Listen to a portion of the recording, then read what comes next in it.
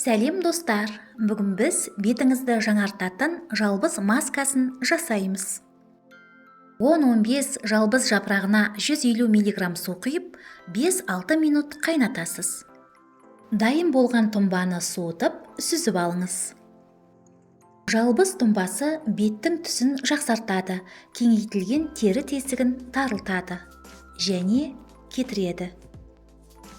Тұнбаға бір ас қасық жүгері крахмалын қосыңыз, жақсылап араластырыңыз. Содан кейін баяу отта 3-4 минут тоқтаусыз араластыра отырып, маска крем болғанша аласыз.